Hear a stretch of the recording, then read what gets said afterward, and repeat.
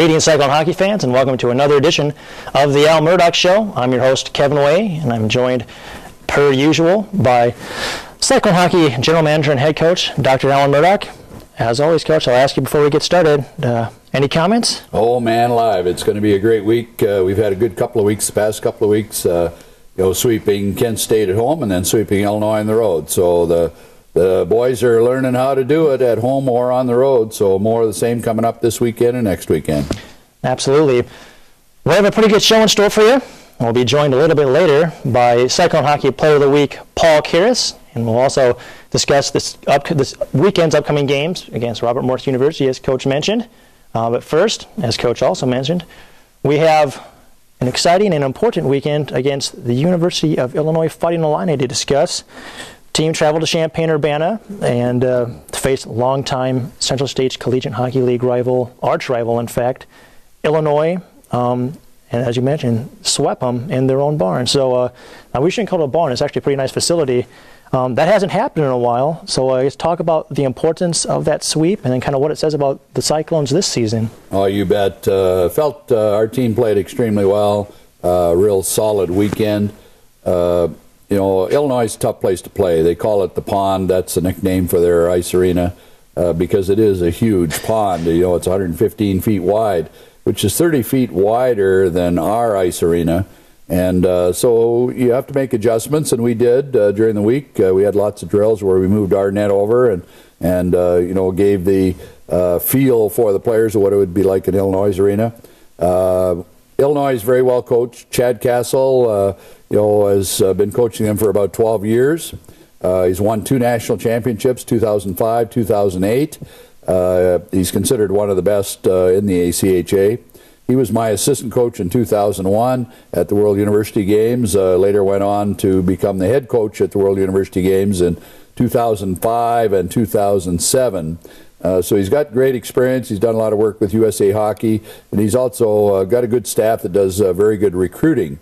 Kind of a little bit bittersweet in that with a young family and his business absolutely exploding in the real estate market in Champaign, he's stepping away from coaching. How long that'll be, whether it'll be a permanent thing or not, I don't know. But they're doing a search right now at Illinois for a replacement for head coach Chad Castle. He had his team very well prepared. They always have excellent power plays, and we shut them down this weekend. We didn't allow them to have one power play goal.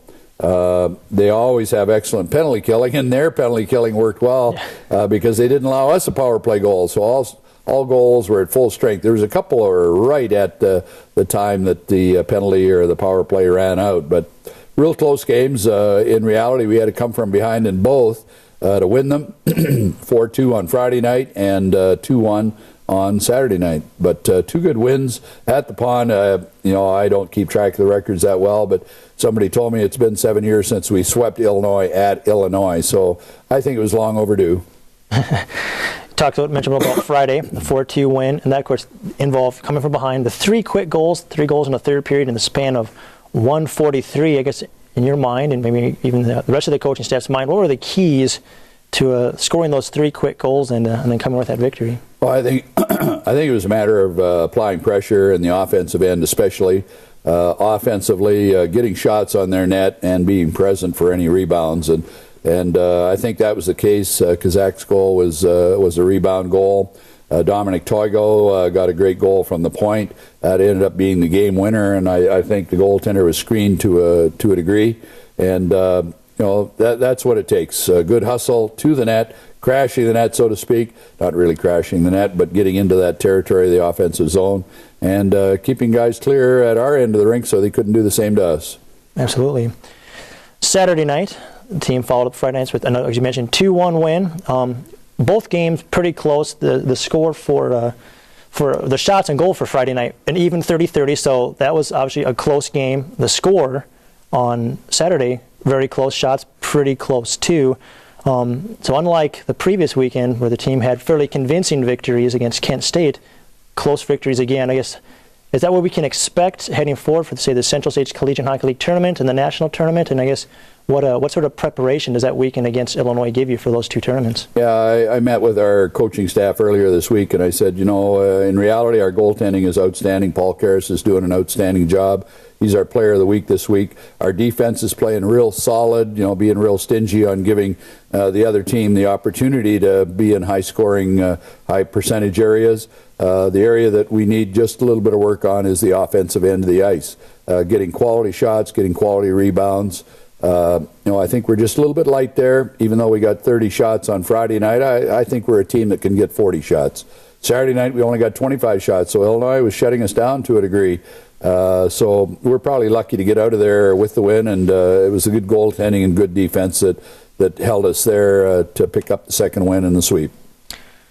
Well, the team did pick up a few goals this weekend. A lot of them, as Coach mentioned, came to hard work. So let's see the results of that hard work and roll the highlights.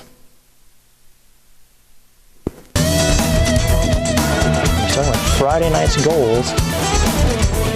And this all started with a great play by Matt Bennett. This is his time's expiring on a penalty kill. Huber scores this.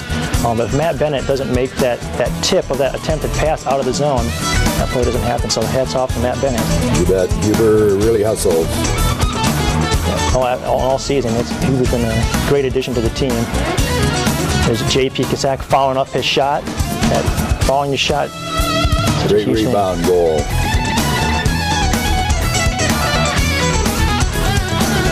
I think here we see the results of, we didn't get to see the shot, but there's Dominic Toigo's shot from the point. Good screen out front. Good genes in that family, I think, on shots from the point. Dominic shots right up there in the same category as Brody's. And even Nolan Toigo out in Canada has a good shot, so absolutely.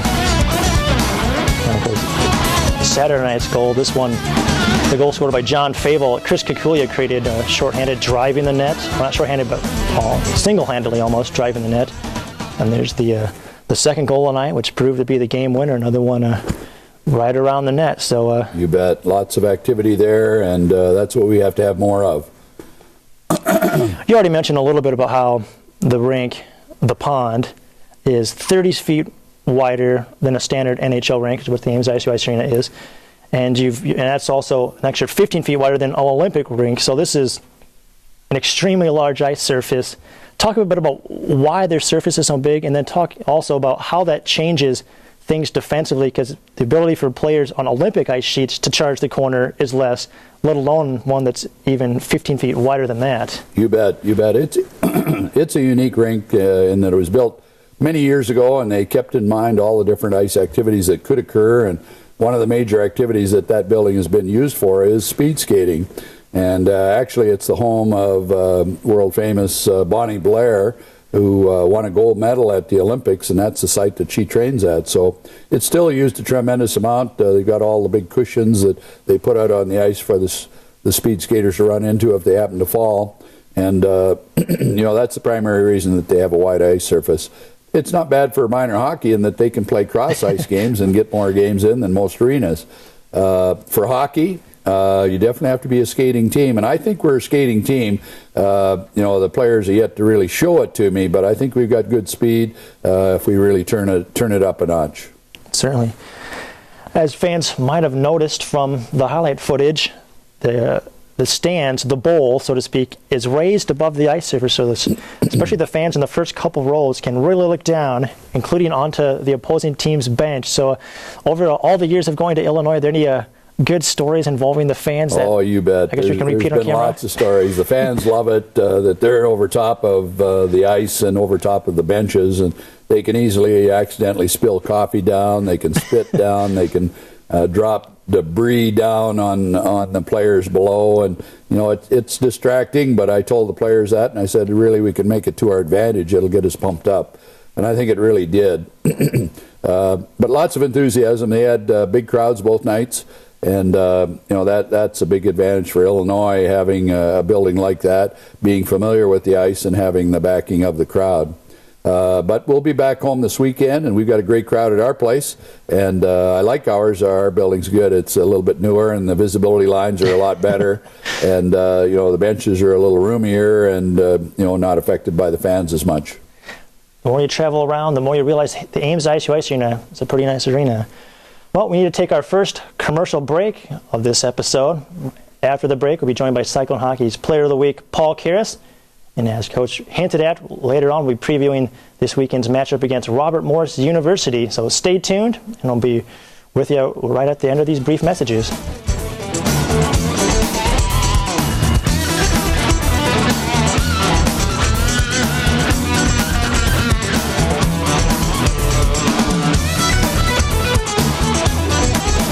Welcome back, Cyclone fans, to the Al Murdoch Show. I'm your host, Kevin Way, joined still by Cyclone Hockey head coach and general manager and head coach, Dr. Alan Murdoch. And as you see on your screen, Cyclone Hockey's Player of the Week, Paul Karras. Paul, welcome back to the show. This is the second time this year and third or fourth time overall. So it's a privilege, thanks. Well, Coach, as we mentioned, this is Paul's second time being Player of the Week.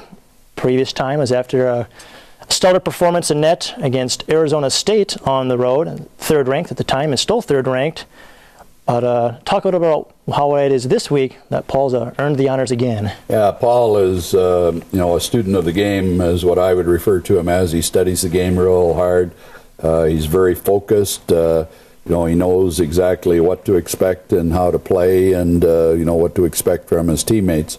He communicates very well with the defenseman, and I think that has a lot to do with the goals against average being below 2, 1.99, and the save percentage at 93.2, which is excellent. So he's playing real well. He's playing consistent, and he's showing great leadership for the whole team. Paul, from your standpoint, you made both starts and stopped 52 of the 55 shots you faced this weekend, and so you're obviously a key component in those two victories. I guess for you, what is it like, being such a huge part of the sweep against an arch rival like Illinois? It really feels great, especially, being, 7 years since we last swept them. But, you still got to, the defense is the one, and the whole team around me really took care of business, and they made my job easier. And when they do that, I mean, it's kind of like a drop in the hat. So. Imagine the defense are happy that you make their job easier and they make your job easier, and it seems like the forwards are doing okay and making the jobs reasonably okay. So. Yeah, and I think it's more giving with them, because I think that they make my job more easier than I make on them sometimes. So. Coach, as you mentioned, Paul's save percentage now .932. This is tops amongst all goaltenders in the ACHA's Men's Division I who have played more than 600 minutes. In fact, even 240 minutes, so that's only 4 games. Talk about the sort of things Paul could have coming his way if he keeps those numbers up at the end of the season and maybe even the next season. Oh, you bet. There's awards aren't everything and statistics aren't everything, but he's certainly one of the leaders in the country right now, and should be in line as one of the best goaltenders in the Central States League, and that's considered the premier league in the ACHA. And as such, one of the top goaltenders in the ACHA. And statistically speaking, those are the things that coaches around the country look at. We'll have a dozen coaches involved in working with Team USA and selecting an all-star team to go play in Slovenia next season. At the World University Games. So Paul's really doing the right stuff, to get the statistics and get noticed. And now down the stretch, it's up to Paul and the defensemen and the forwards, to finish off in the right manner. We've had players on the World University Games team the past several times, actually every time since 2001. The last go-around, we only had one player, and that was Eric Hudson, our goaltender. And Paul played with Eric and, saw time with him. And I think Paul is every bit as good and maybe in some ways even better than Hudson was. And so I think he deserves recognition in the Central States League, in the ACHA, and at the Team USA level. So we want him to keep on going, keep being consistent, keep getting, he's got good grades as well. And that's exactly what we're looking for in Cyclone hockey. You mentioned that there's the World University Games with Team USA, and you mentioned Eric Hudson getting noticed, and part of that for him was leading the Cyclones to the national championship game against Lindenwood in 2010. Is that the sort of thing does Paul need to almost duplicate that, or is the fact that Paul is so consistent game after game after game that sort of, they're not looking for like, well, see how he can play when he's hot, or? Yeah. It certainly wouldn't hurt, but we're not going to put so much weight that it's just the goaltending that gets you to the national championship game. You got to have good, solid defense that play consistently. You got to have good, solid forwards that put the puck in the net consistently and score in a timely fashion. And I think what Paul has done is he's given us the opportunity, on the wins this season. Statistically, he's had 12 wins and only 2 losses. So he's put us in a position every game that he's been in to give the defense and the forward an opportunity to win the game. And that's all that we ask of goaltending. Right. Obviously, Paul, for a goaltender to be as consistent as Coach has mentioned you are, and as I've mentioned you are, a big part of that is mental and physical preparation. Talk a little bit about some of the things you do before every game to help get you prepared for that night's contest. All right, well, where do I begin? It's basically, just getting your mind set, and it's just doing the things that work for you, and it's just, like, for example, goalies are a little weird. Everybody kind of knows that. So, like on Thursday night, I prepare myself by getting a good night's sleep. I prepare myself by using a roller and everything like that, to get my muscles ready and relax and everything for the next day. So seems like it getting the job done. It's also you've also stayed fairly healthy this season. How much does that preparation help with injury prevention in your knock on wood, of course. It helps a lot. I've been very fortunate not to get injured, and I just want to put in the time day in and day out to kind of prevent that. So definitely helps. I know from personal experience, it's a lot more fun to be healthy than be watching from the stands with some sort of a boot on or without a boot. Coach, Paul's statistics each season from his freshman year to his sophomore year, now to his junior, have continued to improve. I guess in what ways would you say you've seen Paul improve during that time, and what have been the keys to that development? Well, probably the key is having a head coach that teaches them all the right stuff. Just kidding. He probably is one of the best guys to coach himself, but he's also had exceptional coaches, I would guess, over the last 2 decades since he started playing goal in the net. And, Mark Rogers has had some influence on him over the past couple of years. We went and watched the Detroit Red Wings play or practice, game day practice, and Nashville. And Nashville's goaltender coach Mitch Korn has also had a great influence on Paul.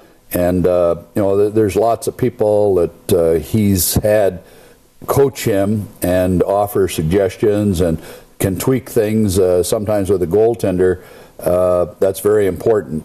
Paul himself, as a student of the game, I keep saying that because he really is. He keeps track of all the shots. He could chart where every shot was in every game that he's played. And he can chart, I'm guessing he could chart almost every shot that was taken in practice. And, that's just mind over matter. In order for us to play well, our whole team has to be physically strong. And Paul is as a goaltender. Our team has to be mentally strong. And I would consider him the strongest guy on the team right now, without a doubt. We've got a youthful team. And sometimes their attention span isn't as long as we would like it.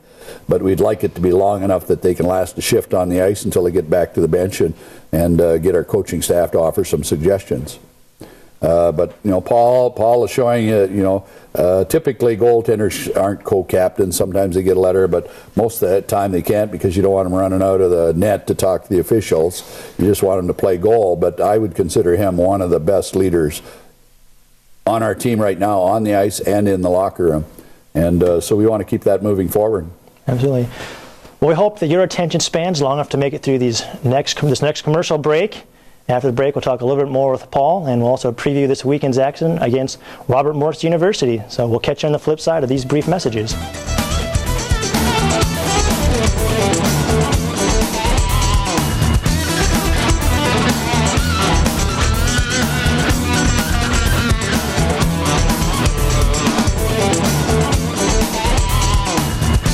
They have 6-8 games especially. All right, fans, welcome back to this third and final segment of the Alan Murdoch Show for tonight, joined by head coach, general manager Dr. Alan Murdoch, and still Paul Karras. He hasn't left. Didn't get too frustrated from the last segment. Paul, your major is a little different than a lot of the players, and you're already kind of starting to act on that, though. You're not just studying, you're already applying that, is my understanding. So talk a little about how it was you became interested in the line. I'll let you describe it and what you're already up to. Well, first, my major is turf grass and landscape management. Basically, I got it started.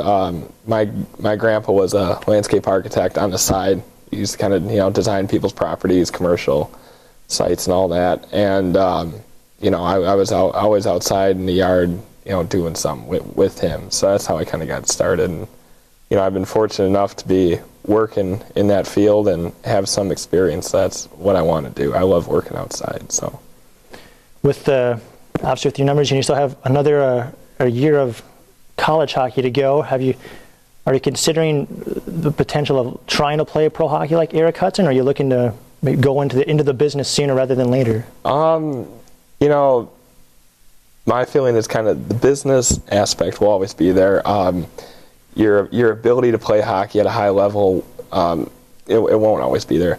Would I like to? Yeah, and I've had the fortune of meeting with a lot of pro coaches and scouts, and if the opportunity presents itself and I want to do it, then yeah, I would really like to do that. Yeah.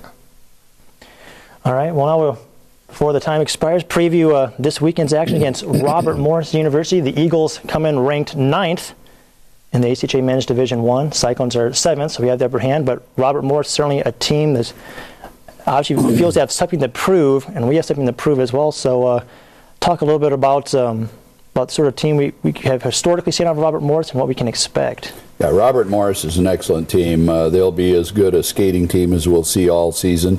They'll shoot well. They'll be very aggressive. They'll play the body. They'll hit well. They know they're coming into Ames with nothing to lose. We swept them last year, but because they had an exceptional record and played well against everybody except us, they squeaked into the Nationals last year, so they want to do that again, and they want to leave no doubt that they deserve to be there. So once again, Iowa State will have a little bit of a target on their back in that ranked 9th, I believe is what they're at, 8th or 9th? 9th. They know the best way to move up is to beat number 7. We've got an advantage playing in our home arena. It's a friendly environment for our players. We consider the fans like having a power play all the time. They can distract the opposing goaltender and the opposing team, but we'll need it this weekend. Robert Morris has won 21 games, and they've only lost 4, so their record is very comparable to ours. They've got personnel. They practice with 27, 28 players, so they've got the same depth as we do.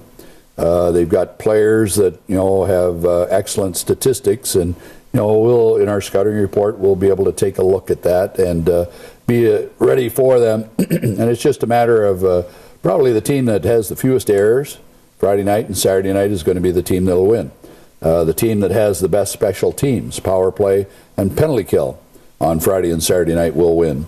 And it may come down just to one face-off, and I've been telling our players that all week. We've only had 2 practices so far, and we've got 2 more to go, but that will become very critical. Paul, from your standpoint, you've been through this before with important series, and obviously the series can have importance down the line for the seeding for the Central States Collegiate Hockey League tournament, and obviously later the ACHA Men's Division I national tournament. So I guess from a player standpoint, how much importance do you put on a weekend like this? And I guess anything I suppose you probably don't do anything different, but sure. Yeah. In fact, well, my belief is that every weekend is important, no matter if it's against number 1 or number 878. But our preparation, I think that our confidence now, we're getting more and more confident every single weekend. And I think that's going to carry into this weekend well, and it's going to really prepare us, and it's really going to give us a very nice edge, too. Absolutely.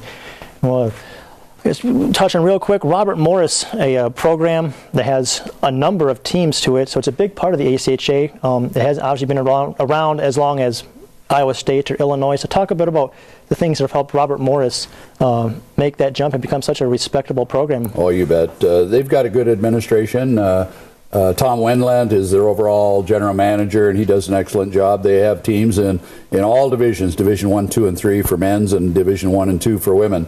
So they field a lot of teams. They've got a lot of coaches.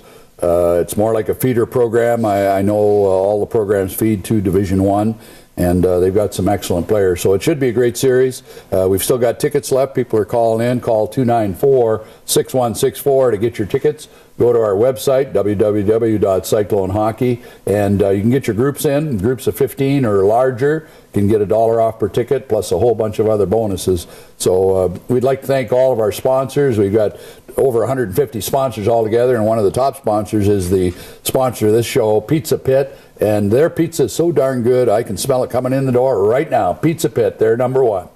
Definitely one of the perks of being part of the show. We thank you so much for tuning in tonight. We encourage you to come out to Friday night's game at 7:30, Saturday nights at 8:05, following the women's team's game. If you see some of the best action you'll probably see all season. So once again, thanks for tuning in. We'll see you next week, and we'll see you at the rink. Good night.